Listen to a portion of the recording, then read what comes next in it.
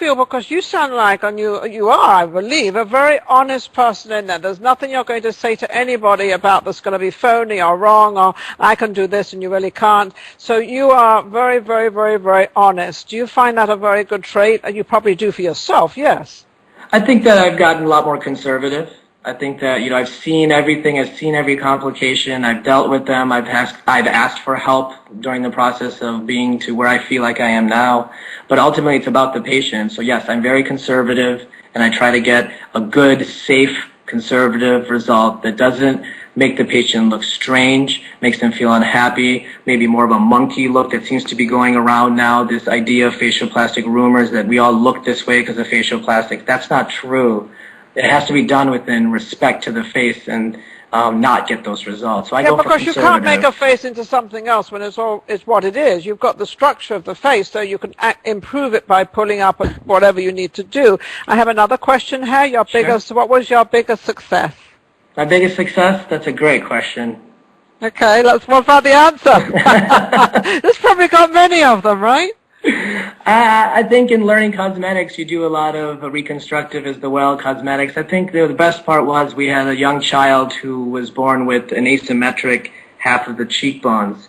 So on one side was a normal face, and the other one was asymmetric or abnormal. We call it abnormal. It's actually asymmetry, and the jaw was not formed fully as the other side. It's called something called Goldenhar syndrome. And through computer CT scanning and custom implanting on a computer model, we reconstructed a cheekbone implant and a customized jaw to match the other side. And through the mouth, through a small incision, and also we put it here and we put the mandible in, so no scars on the outside. And we were able to reconstruct the little girl's face so she felt normal and would feel comfortable in school.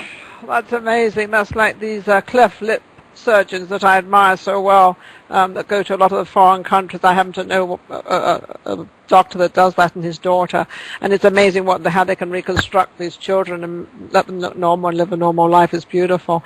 I was going to ask you your youngest patient, but I guess you just told me.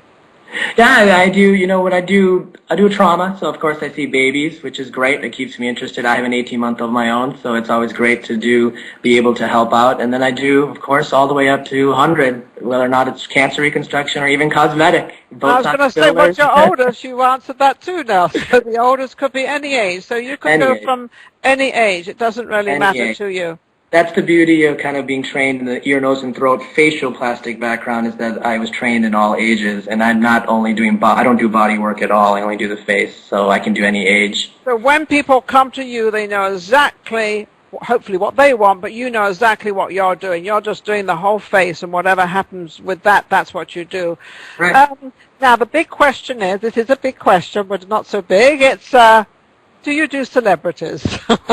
You're in Beverly Hills, so... I'm in Beverly Hills. So you're doing them, but maybe not. I think that, it depends on what you think is a celebrity. I think every patient that comes in, I'll be honest, sometimes I don't recognize them, and then, my office staff is whispering, and I tell them stop whispering, I don't like that. I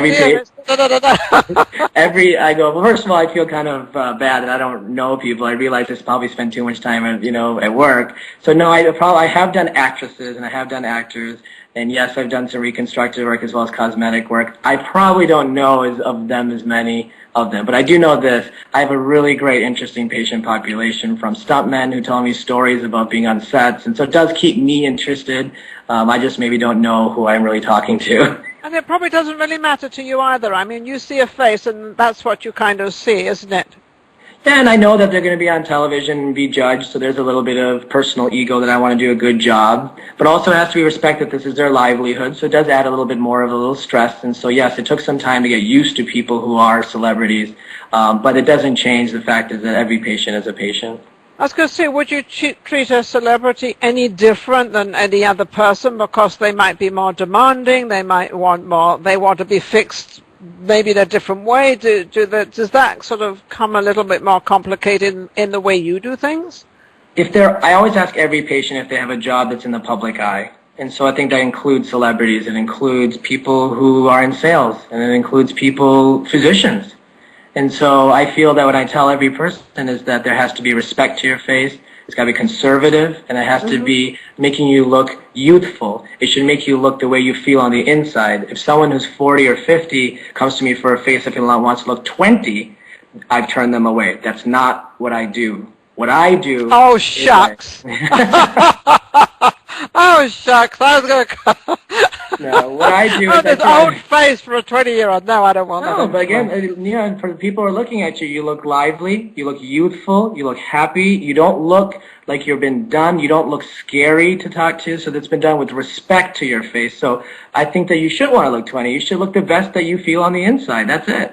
Well, I do, and I actually do need a couple little things done. Maybe other people think I don't, but as you say, it's a personal thing. You look in the mirror and you say, okay, but I'm really actually very happy with myself. I don't want to look 20, actually. I just want to look refreshed, and I just want to look good. That's all, nothing else. I don't want to look younger than I am, because there's nothing I can do about my age. I am what I am. You are. You just described my perfect patient. That's what I want to look refreshed. I want to look happy. But I also think, I don't normally think that's just to have plastic surgery done. I also think it's how you feel inside. You know, if you feel good inside and you like yourself and you feel good and you're happy and you're content, I think that shows too. And I think that also makes you look younger.